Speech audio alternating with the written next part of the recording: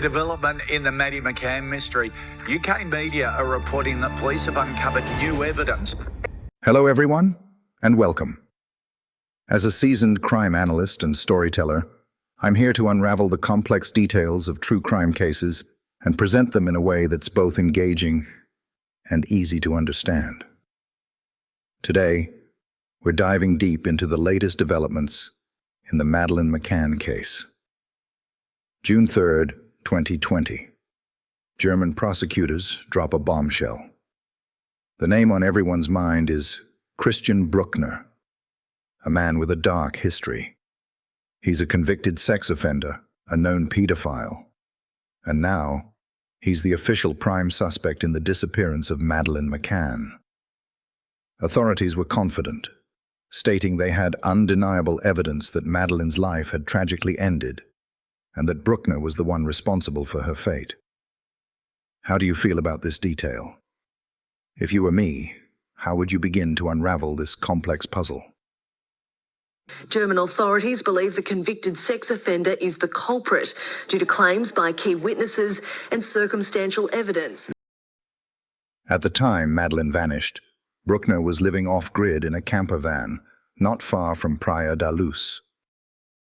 He had a significant criminal history, including past convictions for child abuse, drug trafficking, and a prior assault conviction. On the night Madeleine disappeared, a key detail emerged. A mysterious phone call around 10 p.m. placed him near the scene. By July 2020, the investigation had widened. German authorities were meticulously searching wells and various properties connected to Brückner in Germany, while Portuguese teams were excavating sites in Praia da Luz. No physical remains were found, but the attention on the case skyrocketed.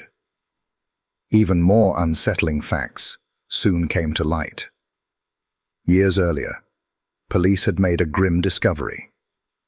USB drives tucked away beneath his deceased dog at an abandoned factory. The drives held over 8,000 deeply troubling files, including images of child abuse, twisted fantasies, and photos of young girls. They also found children's swimsuits, chemicals, and documents detailing the use of sedatives on children. His dark obsessions were no longer a matter of speculation. They were now documented. Adding to the intense suspicion, a former friend, Helga B., claimed that Brückner had all but confessed. She recalled him once saying during a conversation about Madeleine, "She didn't scream." Then, the case took another chilling turn. From prison, Brückner began writing taunting letters to the press, suggesting he had outsmarted investigators. "Is there a body?" he wrote. "No, no, no. Even the slightest doubt leads to an acquittal." On May 12, 2021, prosecutors announced that new circumstantial evidence had strengthened their case, although they kept the details private. Then, on April 22, 2022, Portuguese prosecutors formally named Brückner as a formal suspect, or arguido. In May 2023, the search shifted to the Arada Reservoir, a remote spot about 30 kilometers from Praia da Luz, where Brückner was known to camp. Divers searched the murky water, and soil samples were taken and analyzed, but still, no body was found. By January 2025, prosecutors had to admit that without stronger forensic evidence, charging Brückner was unlikely. His scheduled release date for a previous conviction was drawing near, set for September 17, 2025. Then, in June 2025, just 3 months before he was to be released, investigators launched a painstaking 3-day search near his old farmhouse in the Algarve. Where will they focus their search this time around? Well, Shervo, they're said to be looking at more than 20 plots of land in the easternmost part of Praia da Luz, near where the 3-year-old went missing. Teams used advanced technology like ground-penetrating radar drones and excavation units.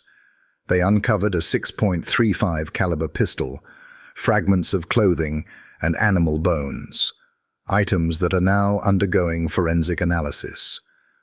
A Portuguese investigator described the materials as very old, almost archaeological. That same month, a mysterious woman paid off all of Brückner's outstanding court fines, removing the last legal hurdle to his release. One of the recovered samples has already been ruled out, but others still hold unanswered questions. How do you feel about this detail? April 28, 2007, was a sunny Saturday in the tranquil resort town of Praia da Luz, a beautiful spot along Portugal's southern coast. For the McCann family, this was supposed to be the perfect getaway, a chance to relax, recharge, and spend quality time with close friends. Kate and Gerry McCann arrived with their 3 young children, 2-year-old twins, Sean and Amelie, and their eldest, Madeleine, who was just 3. With her bright blonde hair and curious eyes, Madeleine was full of life. The family checked into apartment 5A at the Ocean Club Resort, a ground-floor flat that opened directly onto a public walkway, just a few steps from the road. It looked like a typical vacation rental: tiled floors, sunlit rooms, and a small enclosed patio. It felt safe, they thought. Secure. The children's sleeping arrangements were adjusted for comfort. Madeleine's room was shared with her twin siblings, their cots tucked alongside her bed. The McCanns weren't alone on this trip. They were part of a larger group, 7 adult friends and 8 children in total. Most were fellow doctors or professionals from Leicester. On that first day, they arrived around 2:30 p.m. after an hour-long drive from Faro Airport. Nothing seemed out of the ordinary. They dropped their bags, changed clothes, and joined the other families for a welcome drinks event at the resort. They sipped sangria, watched the kids splash in the pool, and caught up in the golden light of the Algarve. Later that evening, they all headed to the nearby Millennium restaurant for a casual dinner. The kids, already tired from a day of travel and excitement, were fed, bathed, and tucked into bed by 8:45 p.m. Madeleine was wearing her familiar pink pajamas, with Eeyore printed on the leg. By all accounts, that night was quiet. Kate and Gerry stayed in their apartment, choosing to relax in front of the TV. They were exhausted, but content. Everything felt safe and normal. After settling in on that first quiet night, the McCanns and their friends quickly found a rhythm. April 29th marked their first full day at the Ocean Club Resort, and with it came a routine that would feel safe until it wasn't. Each morning, Madeleine and the twins attended the resort's kids' club. Madeleine was especially enthusiastic, chatty and full of energy, quickly warming up to the staff. She painted pictures, made new friends, and shared with her parents all the new things she had done. Kate noted in her journal that Madeleine kept asking, "Where were you today, Mommy?" She missed them when they weren't around. As the adults relaxed, the group's evenings settled into a familiar pattern. Around 8:30 p.m., after baths and bedtime stories, the children were tucked into their beds in their respective apartments. Then the adults, including Kate and Gerry, would walk the short distance to the Tapas restaurant, a poolside dining area located about 50 meters from their apartment. From their table, they couldn't see the rooms, but they felt close enough. To ease their minds, they devised a system. Every 15 to 30 minutes, one of the adults would leave the table to check on the sleeping children. They called this their checking system. It felt like a responsible balance between social time and parental vigilance. It was during these nights, April 29th, 30th, May 1st, and May 2nd, that the system was in place and running without a hitch. Each check brought reassurance. Every time, the children were exactly where they were meant to be, sound asleep. They were doctors, professionals, methodical people. Cautious. That's why the idea of something going wrong seemed impossible. The resort felt safe, the town was quiet, and they were surrounded by trusted friends. But what they didn't know, what none of them could have imagined, was that someone might have been watching, waiting. Thursday, May 3rd, 2007, began like any other day at the Ocean Club Resort.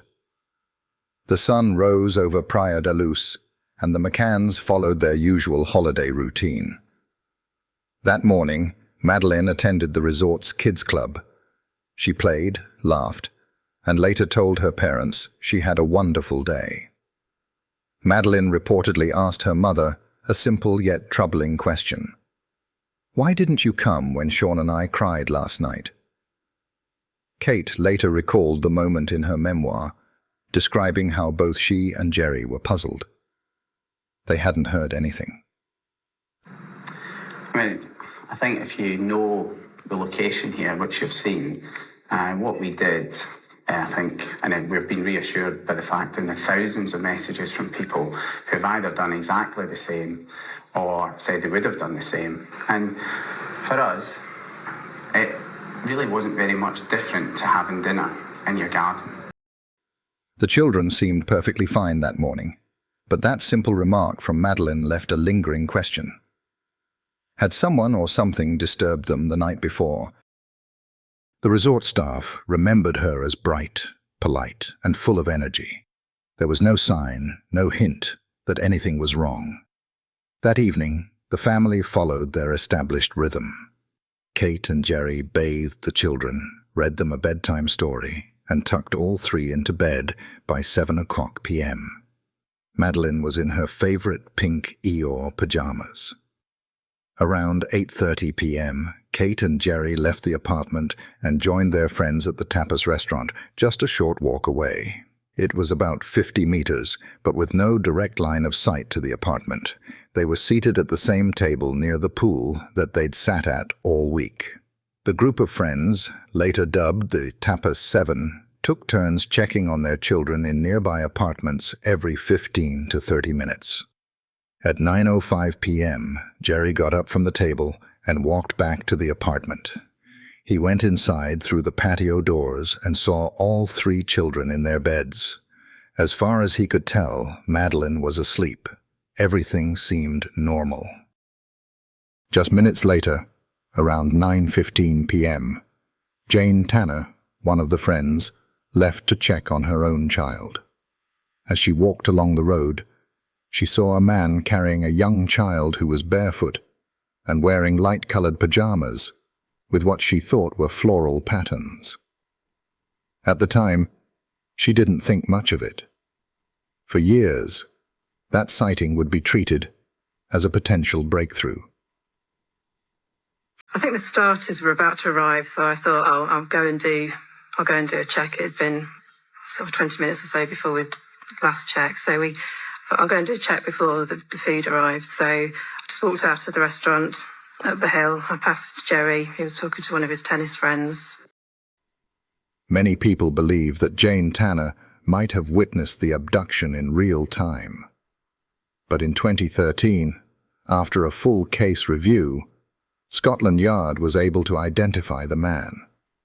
He was a British tourist, simply carrying his own daughter home from the resort's night crash.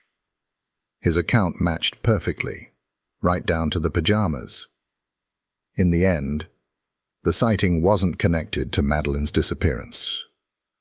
At 9:30 p.m., another member of the group, Matthew Oldfield, offered to check on the McCann children. He entered the apartment, but didn't look closely. He later admitted that he saw the twins, but he wasn't sure if Madeleine was there. Then, at around 10:00 p.m., it was Kate's turn to check. She walked back to apartment 5A through the patio entrance. As she stepped inside, something felt off. The door to the children's bedroom was slightly open. A breeze pushed it wider, and then a heavy silence. She looked into the room. The twins were asleep in their cots. But Madeleine's bed was empty. Kate's heart dropped. She looked around, checked the closet, and under the bed, nothing. She ran back to the restaurant screaming, "They've taken her! Someone's taken Madeleine!" Panic erupted. The group split up, searching every corner of the resort. Staff and guests joined in, but there were no screams, no broken glass, and no forced entry. The front shutter was slightly open, and the window behind it was raised. It was possible someone had come in from the outside, entered quietly, and slipped out with a child in their arms. At 10:15 p.m., Gerry sent Matthew to alert the reception desk. By 10:30, the resort triggered its missing child protocol. Around 60 staff and guests, along with local police, began calling Madeleine's name and scouring the resort until dawn. Despite the massive effort, no trace of her was found. The first hours of an investigation like this are critical, but amid the chaos and confusion, no forensic scene was preserved. Key witnesses were not immediately questioned, and no immediate lockdown of resort exits was enforced, a series of missteps that hampered the early investigation. By May the 5th, just 2 days after Madeleine's disappearance, police in Portugal released their first composite sketch. It was a rough, vague drawing, but it represented the first public attempt to catch whoever might have been involved. Alongside the sketch, authorities expressed a small but critical hope. They believed Madeleine was still alive, possibly within a 3-mile radius of the Ocean Club resort. The message was both chilling and oddly comforting. Somewhere, maybe nearby, Madeleine might still be waiting to be found. That's an emphatic no. I mean, the ludicrous thing is what's been purported from Portugal is that Madeleine died in the apartment by an accident and we hid her body. Well, when did she have the accident and died? Because the only time she was left unattended was when we were at dinner. So if she died then, how could we have disposed or hidden her body? One of the first people to fall under suspicion was a British-Portuguese man named Robert Murat, who lived just yards from the McCann's apartment. He offered to help police as a translator, but soon found himself under intense scrutiny. Police searched his home, seized his electronics, and even named him an official suspect. In the end, there was no evidence, just speculation, and Murat was eventually cleared. As the days passed, the story ignited. From May through June 2007, Madeleine McCann's disappearance became an international obsession. News outlets around the globe carried her photo, interviews, and updates. What began as a desperate local search had grown into a worldwide campaign to bring Madeleine home. Famous faces joined the call for answers. Football superstars like David Beckham and Cristiano Ronaldo made emotional appeals. Beckham, speaking directly to the camera, pleaded, "If you have seen this little girl, please give any information." His voice echoed what millions were feeling. The public responded. On May 11th, author J.K. Rowling contributed to a growing reward fund. That total quickly soared to over $2.5 million. More donations came in from business leaders like Richard Branson and Sir Philip Green. Then came the creation of the Madeleine Fund, launched on May 15th, aimed at supporting the search efforts and ensuring media attention didn't fade. Within weeks, the fund's website received more than 58 million hits, becoming one of the most visited websites in the world at that time. Kate and Gerry didn't stay silent either. They embarked on a global media tour, traveling to Spain, Germany, and Morocco, pleading for leads, meeting with politicians, and addressing the press. On May 30th, they were even granted an audience with Pope Benedict XVI. He held a photograph of Madeleine and prayed for her safe return. Behind the scenes, Portuguese police pressed on.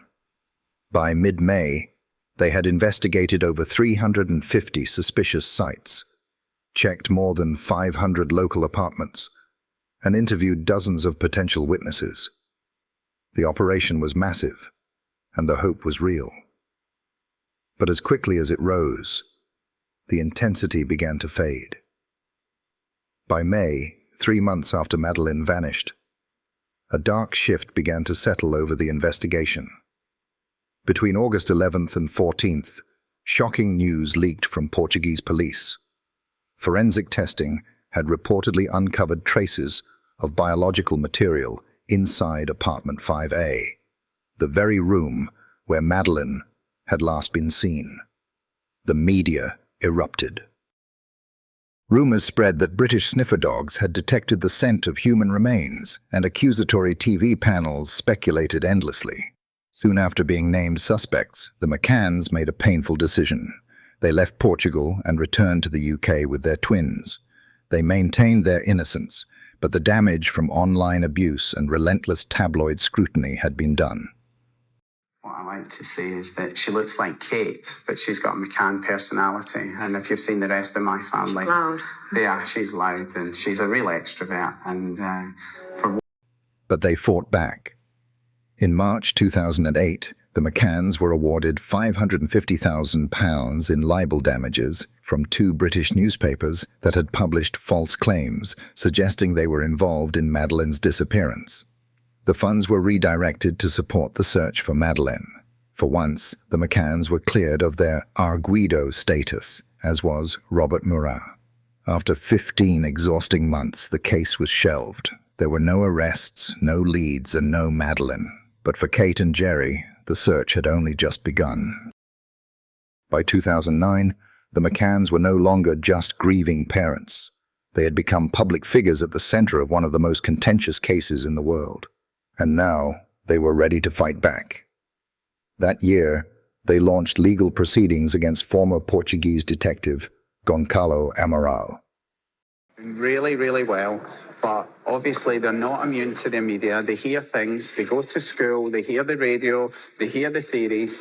And Sean has obviously asked Kate explicitly, why did Mr. Amaral say you hid Madeleine? So we will have to deal with that. And obviously we are doing everything in our power. And we hope that the current investigation being run with the Metropolitan Police and the PJ does lead to a real breakthrough. That's our goal, is to find Madeleine. But until that day, till we find Madeleine and know who is responsible for taking her, we will have to worry about these questions for the twins. He had published a book, The Truth of the Lie, alleging the McCanns fabricated the abduction and covered up their daughter's passing. For Kate and Gerry, this wasn't just defamation. It was deeply personal. The book had reignited public suspicion, and they believed it was harming the search for Madeleine. At the same time, the investigation itself had gone cold. By 2010, Portuguese authorities had shelved the case, citing a lack of new evidence. But sightings of Madeleine continued to pour in from all over the world, from Morocco, Spain, France, and even Australia. None were confirmed, but every report brought a flicker of hope. Then, in May 2011, everything changed. Following a heartfelt letter from Gerry McCann to then Prime Minister David Cameron, the UK government made a dramatic move. Scotland Yard launched Operation Grange, a full re-review of the case. Their goal was to re-examine every lead, every file, and every piece of evidence with fresh eyes. It was the first major breakthrough in years. By April 2012, investigators released age-progressed images of what Madeleine might look like at age 9. For many, it was a jarring moment, a stark reminder of how much time had passed. But it also reignited public interest. The search was not over. From June to October 2013, the UK government poured even more funding into the investigation.